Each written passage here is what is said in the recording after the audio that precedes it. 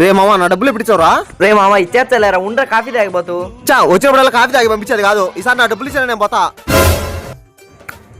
Shop rent ఎప్పుడు ఇచ్చారా?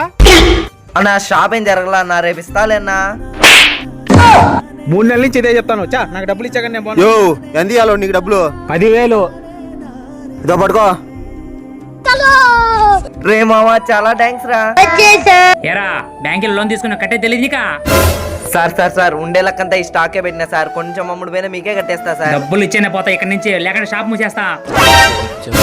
Sir please sir. Sir మీకు ఎంత ఇవ్వాలి? 50,000. 50,000? ఇదోండి సార్. సరిపోయింది. దీనికేం తక్కువ లేదు. నా డబ్బులు ఎప్పుడు ఇచ్చావు చెప్పురా? రే మామ రేపు. ఆపేయి, అర్థమైంది. నీకు నీకు నాకు నీకు నీకు మరి నాకు అయిపోయింది, బతికి అయిపోయింది రోజంతా.